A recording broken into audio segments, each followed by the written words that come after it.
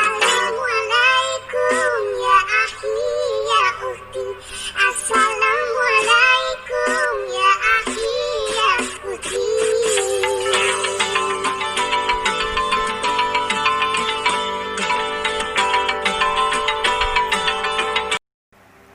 Malam hari ini kita akan belajar tematik tema 3 makanan sehat. Kita akan masuk ke subtema 3 pembelajaran 1, 2, dan 3. Nah sayang, tolong simak baik-baik video pembelajaran malam hari ini. Baiklah sayang, silahkan dibuka buku paket tematiknya. Kita masuk ke tema 3 subtema 3 pembelajaran 1, 2, dan 3. Pembelajaran 1.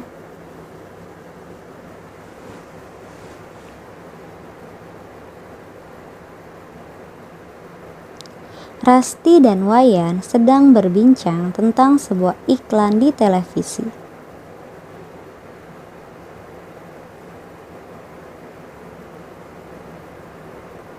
Beberapa hari ini aku tidak bisa buang air besar, rasanya sakit. Sudah berapa hari, Rasti?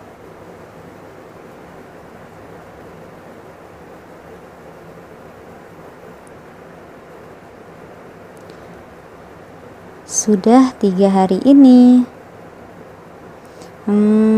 Pasti perutmu tidak nyaman ya, Rasti.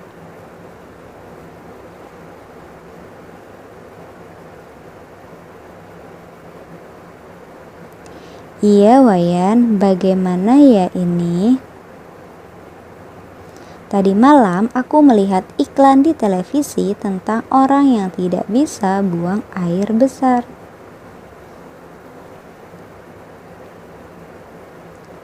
Susah buang air besar atau yang bisa disebut dengan sembelit dan konstipasi disebabkan oleh beberapa sebab. Salah satunya adalah pola makan yang tidak sehat. Maksudnya, pola makan yang tidak sehat bagaimana, Wayan?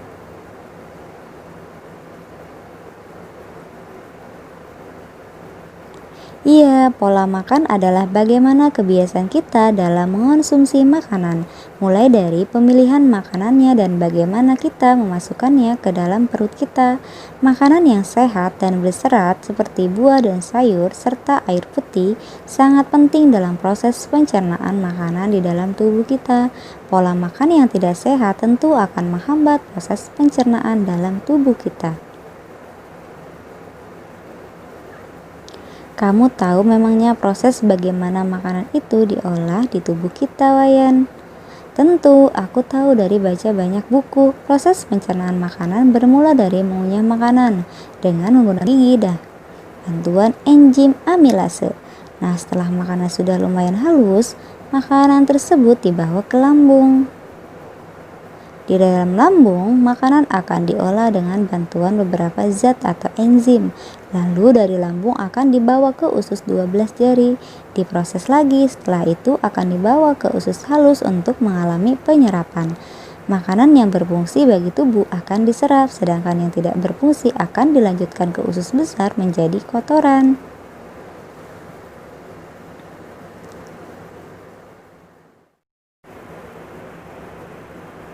Wah, menarik sekali ya.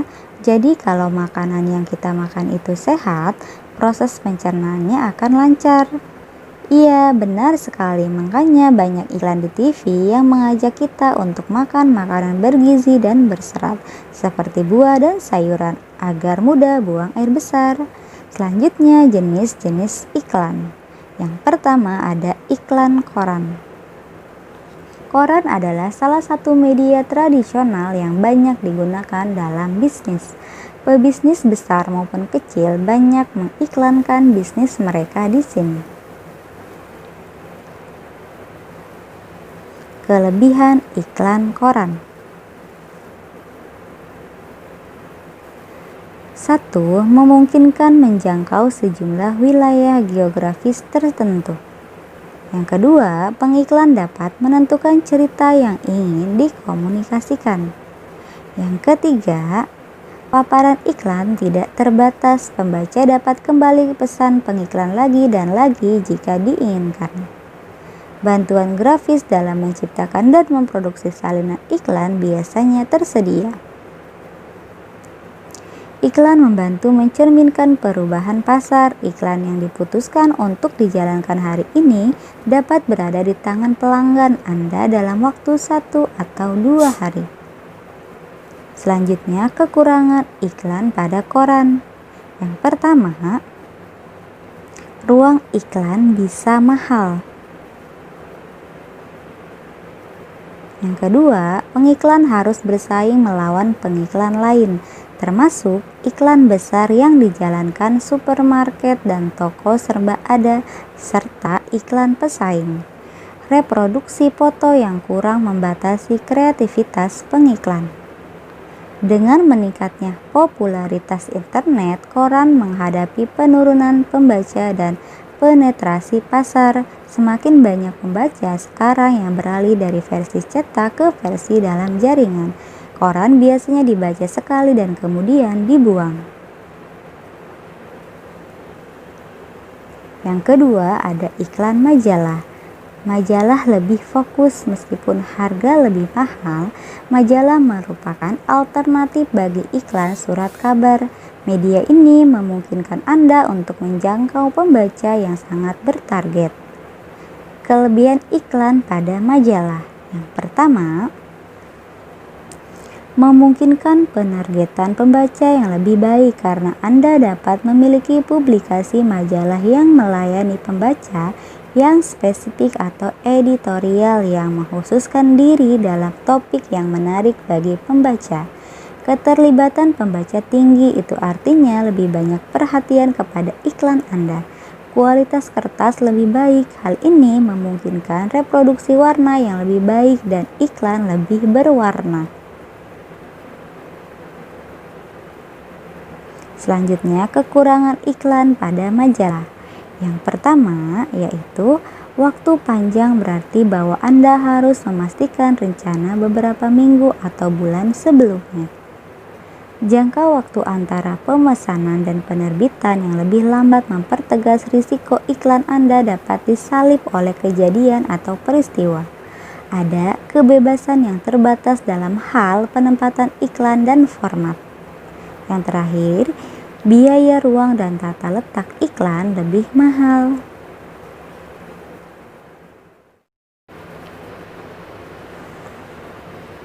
Yang ketiga ada iklan radio. Iklan yang disampaikan melalui media radio merupakan media komunikasi persuasif yang dirancang sesuai dengan karakter media, segmen pasar, dan kebutuhan masyarakat untuk mendapat tanggapan positif. Kelebihan iklan pada radio. Yang pertama, radio merupakan media semesta karena bisa dinikmati di mana saja, di rumah, tempat kerja, bahkan di dalam mobil. Format acara yang luas menawarkan efisiensi dana periklanan Anda untuk segmen yang dirumuskan secara sempit. Konsumen yang lain mungkin untuk menanggapi tawaran Anda, memberikan kepribadian bisnis melalui terciptanya promosi yang menggunakan bunyi dan suara. Pertolongan kreatif sering tersedia. Terakhir, tarif secara umum dapat dinegosiasikan.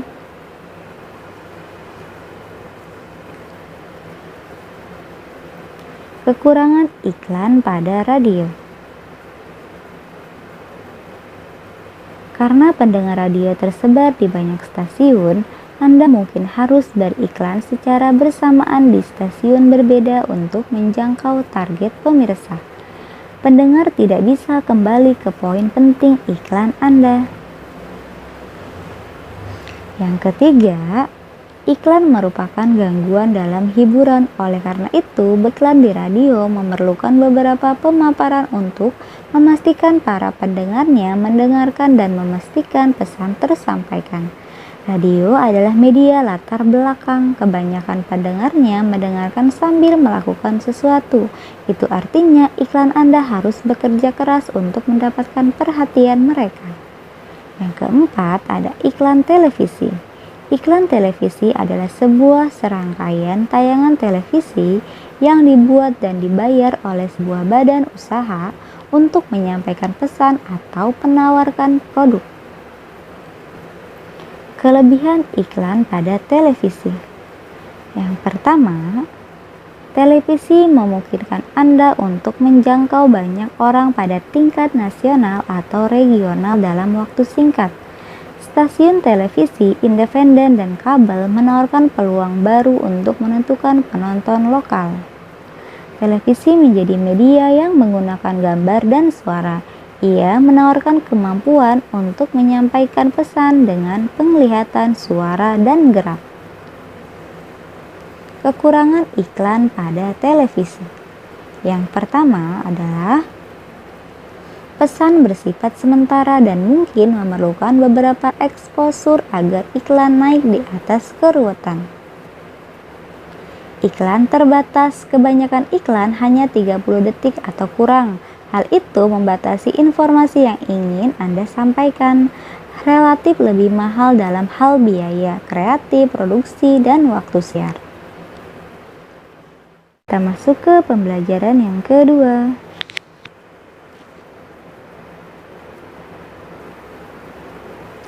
Rasti dan Ana sedang berbincang tentang majalah kesehatan. Ana, kita baca majalah kesehatan aja ya. Baik Rasti, aku sekarang juga suka membaca majalah kesehatan. Banyak informasi yang berguna, selain itu aku semakin peduli dengan kesehatan tubuhku. Benar sekali, lihat gambar iklan ini cara menjaga kesehatan tubuh kita dengan makanan-makanan bergizi. Wah, benar. Jadi kalau kita ingin sehat, kita harus banyak makan buah dan sayur ya. Benar, buah dan sayur mengandung banyak vitamin dan mineral. Mengonsumsi buah dan sayur mampu memenuhi kebutuhan nutrisi tubuh kita. Jika kebutuhan nutrisi tubuh terpenuhi, maka dapat mencegah berbagai macam penyakit dan gangguan pencernaan. Kalau begitu, mulai sekarang aku harus berlatih menyukai makan banyak sayur dan buah. Benar, yuk kita saling mendukung untuk memperbanyak asupan bergizi bagi tubuh kita. Selanjutnya, iklan layanan masyarakat. Iklan layanan masyarakat adalah iklan yang menyajikan pesan-pesan sosial yang bertujuan untuk membangkitkan kepedulian masyarakat terhadap sejumlah masalah yang harus mereka hadapi, yakni kondisi yang bisa mengancam keselarasan dan kehidupan umum. Beberapa ciri-ciri iklan layanan masyarakat adalah iklan tersebut tidak komersil, tidak bersifat keagamaan, tidak bersifat politis, berwawasan nasional, diperuntukkan untuk semua lapisan. Sepulang sekolah, Rasti dan Ahmad bertemu di jalan. Rasti pun menyapa Ahmad. Ahmad, tumben kamu pulang jalan kaki, biasanya naik sepeda. Iya Ras, aku sedang ingin jalan kaki.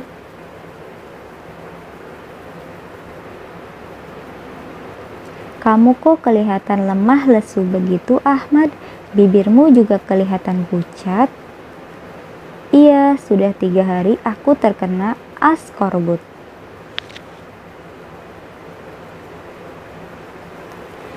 Hah, askorbut? Apa itu? Askorbut itu nama lain seriawan. Badanku agak panas, bibirku pecah-pecah dan lidahku juga perih. Wah, makanya kamu jadi lemas begini. Pasti nafsu makanmu jadi berkurang ya. Jadinya kamu jarang makan karena seriawan. Iya, Rasti, kalau untuk makan sakit sekali.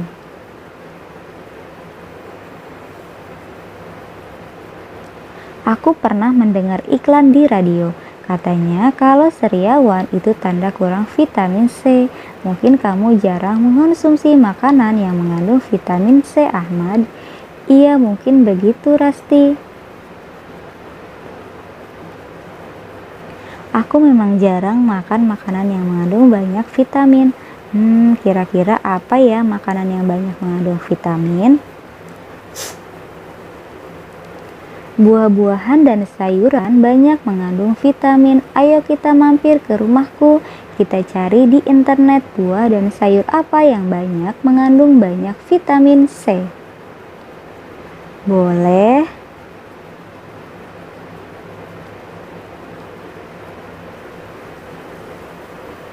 Kita akan belajar vitamin. Vitamin berfungsi sebagai zat pengatur. Vitamin diperlukan dalam jumlah sedikit. Meskipun diperlukan dalam jumlah sedikit, vitamin sangat besar peranannya dalam menjaga kesehatan tubuh. Kekurangan vitamin mengakibatkan seseorang mudah terserang penyakit. Penyakit yang disebabkan kekurangan vitamin disebut avitaminosis. Namun, kelebihan vitamin juga tidak baik. Kelebihan vitamin disebut hipervitaminosis. Ada beberapa macam vitamin yang dibutuhkan oleh tubuh. Vitamin-vitamin tersebut antara lain vitamin A, B, C, D, E, dan K. 1. Vitamin A. Vitamin A berguna untuk menjaga kesehatan mata, kulit, dan mempertinggi daya tahan tubuh terhadap infeksi. Kekurangan vitamin A mengakibatkan penyakit rabun senja. Vitamin A banyak terdapat pada pisang, stroberi, mangga, apel, jeruk, pir, semangka, melon, wortel, belimbing, pepaya, telur, wortel, tomat, susu, ikan, dan hati. Dan lebih banyak lagi. 2. Vitamin B. Vitamin B berguna untuk mendukung pertumbuhan badan dan mencegah gangguan saraf.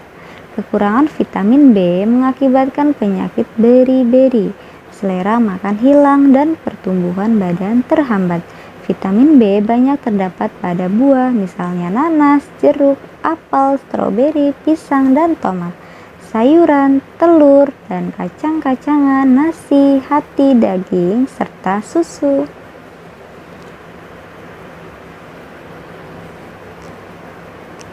Yang ketiga ada vitamin C.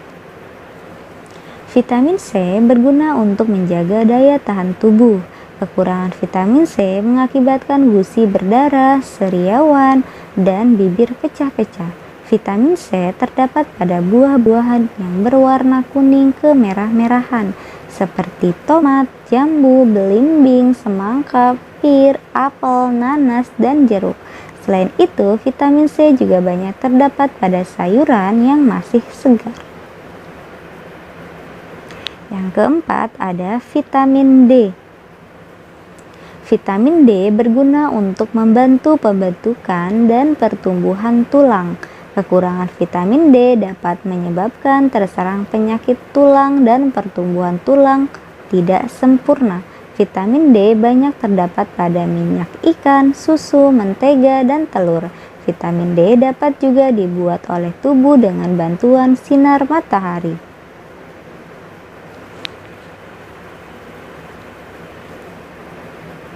Yang kelima ada vitamin E.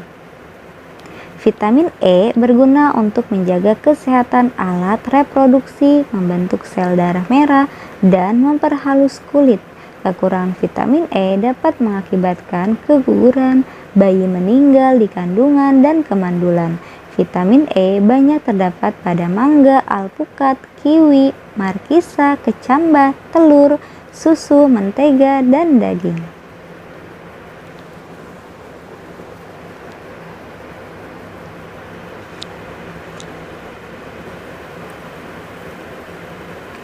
Selanjutnya ada vitamin K. Vitamin K berguna untuk membantu pembekuan darah pada saat terjadi luka. Kekurangan vitamin K mengakibatkan darah sukar membeku. Vitamin K banyak terdapat dalam sayuran hijau, misalnya bayam, buncis, dan juga sawi.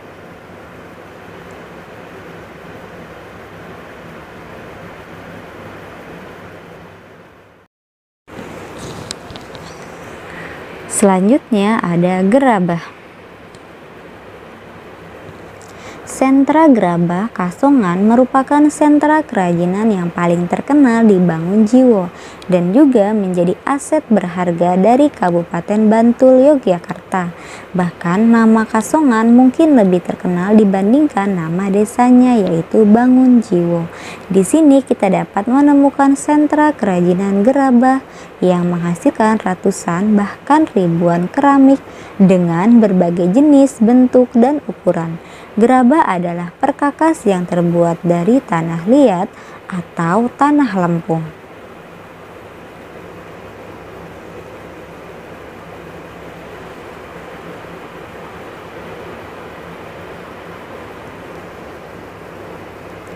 Dimotori oleh lebih dari 300 pengrajin yang menyerap 1.000 lebih tenaga kerja, membuat sentra kerajinan ini mampu menembus pasar gerabah internasional.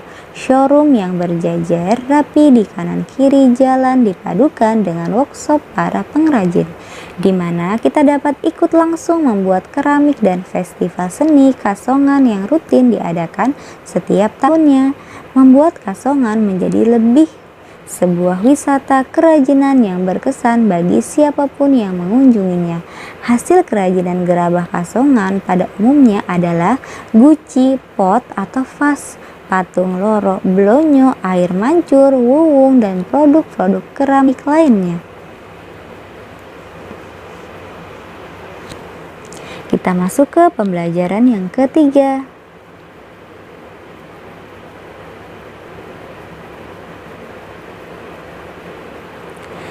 Sentra UKM Gerabah Kasongan terletak pada ketinggian sekitar 100 meter dan permukaan laut. Luas wilayahnya 34,3 hektar. Karena terletak di atas sungai, wilayah Kasongan tidak memperoleh pengairan yang cukup. Sebagian besar wilayah terdiri atas tanah perkarangan kering sehingga hanya ditumbuhi beberapa tanaman tertentu.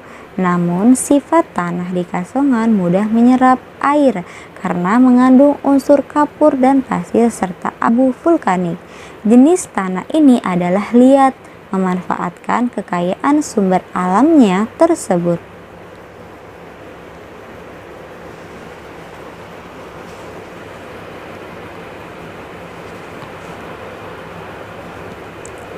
Kasongan berkembang menjadi sebuah desa wisata yang menghasilkan produk seni kerajinan gerabah sebagai mata pencarian utama.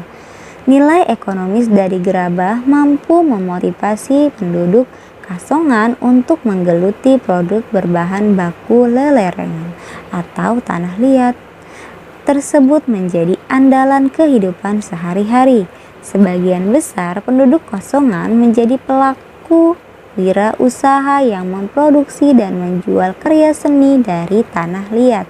Karya seni ini bukan hanya digemari oleh wisatawan lokal, akan tetapi dikenal juga di mancanegara. Banyak wisatawan asing yang datang ke Kasongan untuk membeli aneka kerajinan dari tanah liat.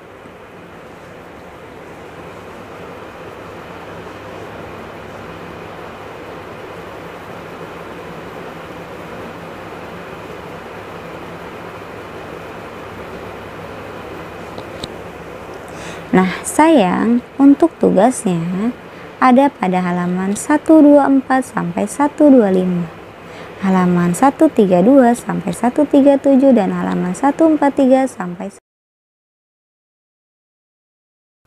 Soleh dan solehah dipelajari lagi ya materinya untuk persiapan PTS yang akan dilaksanakan pada tanggal 21 September 2020.